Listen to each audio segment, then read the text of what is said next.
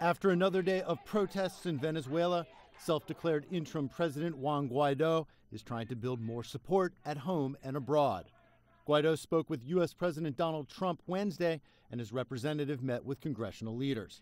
Guaido, the head of the National Assembly, also published an op-ed in the New York Times saying he had been secretly meeting with Venezuela's military leaders. The transition will require support from key military contingents.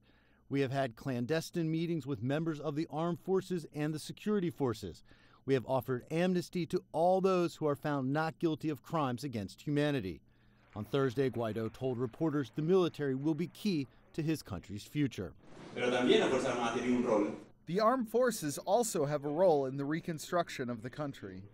Venezuelan President Nicolas Maduro warns that any U.S. military action against his government will result in a quagmire similar to the U.S. war in Vietnam in the 1960s.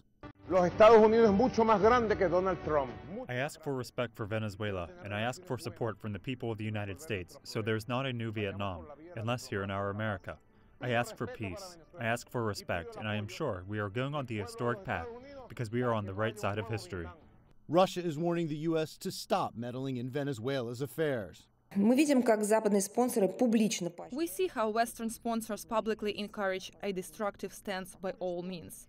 It seems that there are no more boundaries for Washington, neither international, economical, or moral, unfortunately.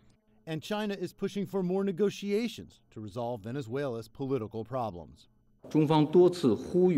We have repeatedly called on all parties to promote a political solution on the Venezuelan issue through peaceful dialogue as soon as possible. This is the result that all parties hope to see.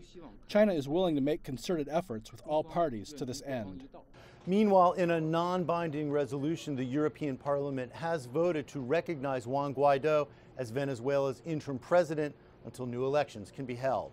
Jim Spellman, CGTN, Washington.